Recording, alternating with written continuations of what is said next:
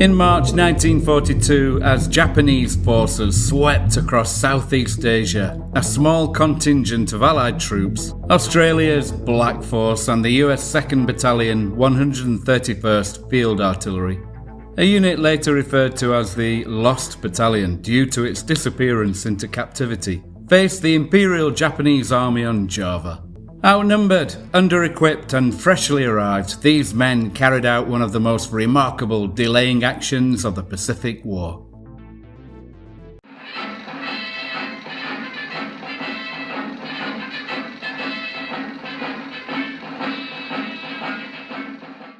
On 1 March, Japanese forces invaded Java at 4 points, totalling roughly 45,000 men.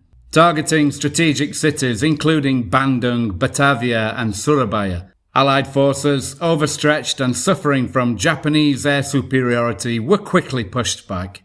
By early March, Dutch forces capitulated, leaving much of the island under Japanese control. Amid this collapse, Blackforce and the US artillery unit played a critical role in slowing the Japanese advance, buying time for retreating forces and evacuating civilians. Formation of Blackforce.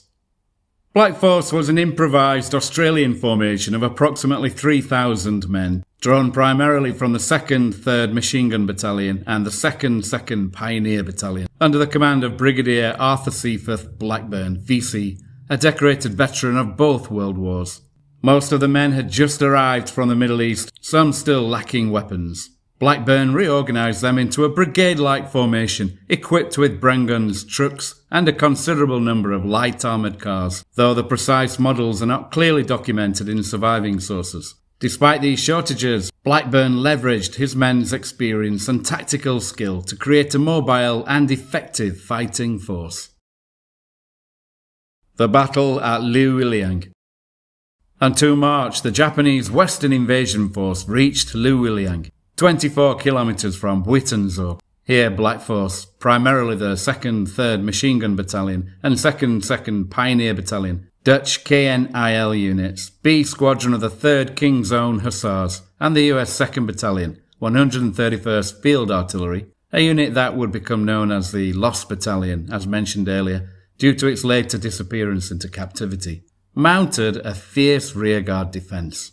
B Squadron, commanded by Major P. William Powlett, MC, brought 18 Vickers light tanks to screen the flanks and engage the Japanese infantry. Although the terrain limited their mobility, the tanks' Beezer machine guns provided effective fire support, helping protect Australian and Dutch positions during withdrawal. The US artillery unit under Lieutenant Colonel Blucher S. Tharp manned salvaged 75mm guns and 50 caliber machine guns from B-17 bombers, providing essential artillery support to the Australians and Dutch. Observers reported that Japanese vehicles ran under the accurate fire, which Blackburn described as, "The accuracy of the fire could not possibly have been improved."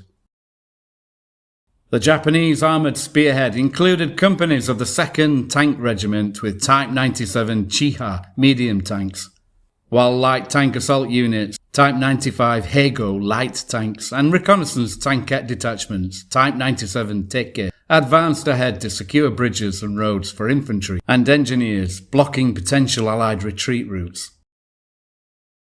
Notable combat encounters. Several engagements highlighted Allied courage and effectiveness. At a partially destroyed bridge over the Tijanten River, 5 Japanese light tanks attempted to cross, and 2 were disabled by combined Australian anti-tank rifle and machine gun fire. Later, a Japanese reconnaissance company attempted a flanking move south of the bridge. Australian defenders had anticipated this and set a killing ground. The Japanese advance guard was fired upon from 3 sides and forced to withdraw, taking heavy casualties.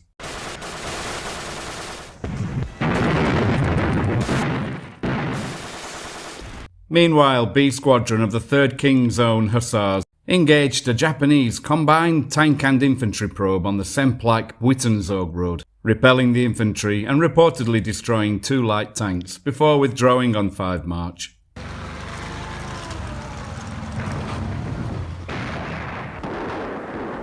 Even when Japanese medium tanks tried to push forward, Allied artillery and machine gun fire slowed them, and terrain obstacles like destroyed bridges limited their effectiveness. Surrender and captivity. Blackforce and its supporting units held the line for 2 days. When other Allied positions collapsed, they were forced to surrender following the Dutch capitulation. Approximately 100 Australians were killed or wounded in combat. However, the majority of deaths in Australian and other Allied forces would occur later in captivity, many of the men being transferred to the infamous Burma-Siam Death Railway. Blackburn was deeply upset by the surrender and told his men that it was not his choice, but that they were obliged to obey the Dutch commander-in-chief's orders, given the impossibility of survival or escape in the mountains and the lack of prospects for evacuation by sea. Legacy of courage. The stand of Blackforce at Leuwiliang exemplifies ingenuity, courage, and sacrifice under impossible odds. Australians, Americans, and British, alongside Dutch and indigenous troops of the Dutch East Indies, held up the Japanese for 2 days with an improvised mix of infantry, artillery, and tanks, inflicting casualties, buying time for others to retreat, and showing the effectiveness of combined arms, despite being outnumbered, under-equipped, and facing imminent capture.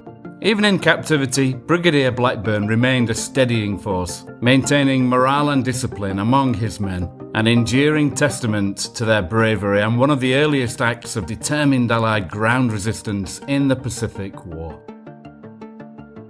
If you enjoyed this episode, please consider liking, commenting and subscribing. Until next time.